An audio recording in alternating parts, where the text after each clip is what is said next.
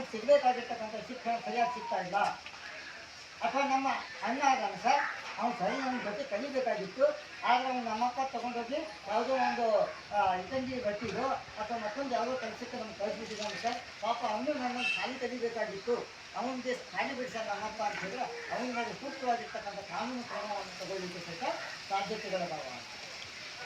So ನಾವೆಲ್ಲ ಶಾಲೆ ಒಳಗೆ ನಿಮಗೆಲ್ಲ ನಿರಂತರವಾಗಿ ಅವೇರ್ನೆಸ್ಸನ್ನು ನೋಡ್ತಾ ಇದ್ದೀವಿ. ಏನಾದರೂ ಸಮಸ್ಯೆಗಳು ಬಂದರೆ, ಮಕ್ಕಳ ಹಕ್ಕುಗಳಿಗೆ ಸಂಬಂಧಪಟ್ಟಿರ್ತಕ್ಕಂಥ ಯಾವುದೇ ಸಮಸ್ಯೆಗಳು ಬಂದರೆ ನಾವು ಮಾಡಬೇಕಾಗಿರ್ತಕ್ಕಂಥ ಕಂಪ್ಲೇಂಟ್ ಮಾಡಲಿಕ್ಕೆ ಒಂದೇ ಒಂದು ನಂಬರ್ ಇದೆ ನಮ್ಮ ಹತ್ರ. ಯಾವುದು? 1098.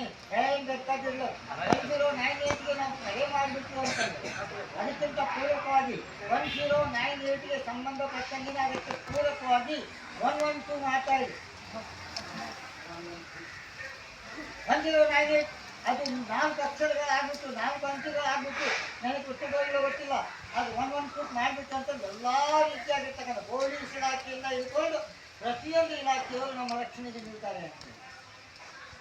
ಹಾಗಾಗಿ ನಮ್ಮದೇ ಇರ್ತಕ್ಕಂಥ ಹಕ್ಕುಗಳಲ್ಲಿ ಏನಾದರೂ ಕೊರತೆಗಳು ಇದ್ದರೆ ಆ ಹಕ್ಕುಗಳಿಗಾಗಿ ನಾವು ಕೇಳಬೇಕಾಗಿರ್ತಕ್ಕಂಥದ್ದು ನಮ್ಮ ಕರ್ತವ್ಯ ಆಗಿರೋದ್ರಿಂದ ಆ ಒಂದು ನಿಟ್ಟಿನೊಳಗೆ ನಮ್ಮ ಗ್ರಾಮ ಪಂಚಾಯಿತಿಯು ಒಳ್ಳೆ ರೀತಿಯಿಂದ ಸಹಕಾರವನ್ನು ಕೊಡ್ತಾ ಇದ್ದೀವಿ.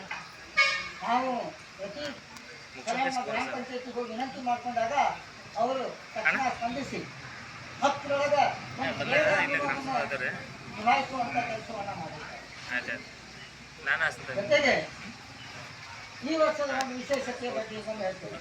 ಗ್ರಾಮ ಪಂಚಾಯತ್ ಹೋದರೆ ಈಗ ಕೇಂದ್ರೀಕರಣಗಳಿದ್ದಾರೆ, ಸಂತೋಷ ಇದ್ದಾರೆ, ಅವ್ರು ಮುನ್ನೋಡಿ ಹೇಳೋಕ್ಕಾಗಲ್ಲಪ್ಪ, ಹೆದರಿಕೆ ಆಗ್ತದೆ ಅಥವಾ ಏನೋ ಸಂಕೋಚ ಇದೆ, ನನಗೊಂದು ಇರ್ತಕ್ಕಂಥ ಪ್ರಾಬ್ಲಮ್ ನನಗೆ ಹೇಳಲಿಕ್ಕೆ ಆಗ್ತಾ ಇಲ್ಲ, ಬಹಿರಂಗವಾಗಿ ಹೇಳಲಿಕ್ಕೆ ಆಗ್ತಾ ಇಲ್ಲ. ಯಾರು ಒಬ್ಬರು ಹಿಂಗೆ ನನಗೆ ಕಾಟ ಇದ್ದ ಅಂತ ಅನ್ನೋದನ್ನು ಹೇಳಲಿಕ್ಕೆ ಒಂದು ಮಗು ಹೇಳುತ್ತೆ. ಅದು ಹೇಳಬೇಕಂತಂದರೆ ಆಶಾ ಕಾರ್ಯಕರ್ತರು ಹೇಳಬೇಕು, ಇಲ್ಲ ಅಂತಂದರೆ ಅಂಗನವಾಡಿ ಕಾರ್ಯಕರ್ತರು ಹೇಳಬೇಕು, ಮಾಸ್ತರಿಗಳು.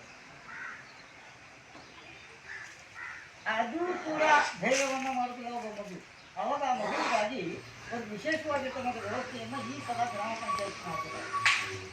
ನಾನು ತಿಳ್ಕೊಂಡಿರ್ತಕ್ಕಂಥ ಮಟ್ಟಿಗೆ ದನಿ ಪೆಟ್ಟಿಗೆ ಅಂತ ಹೇಳಿ ಒಂದು ಬಾಕ್ಸನ್ನು ಮಾಡಿ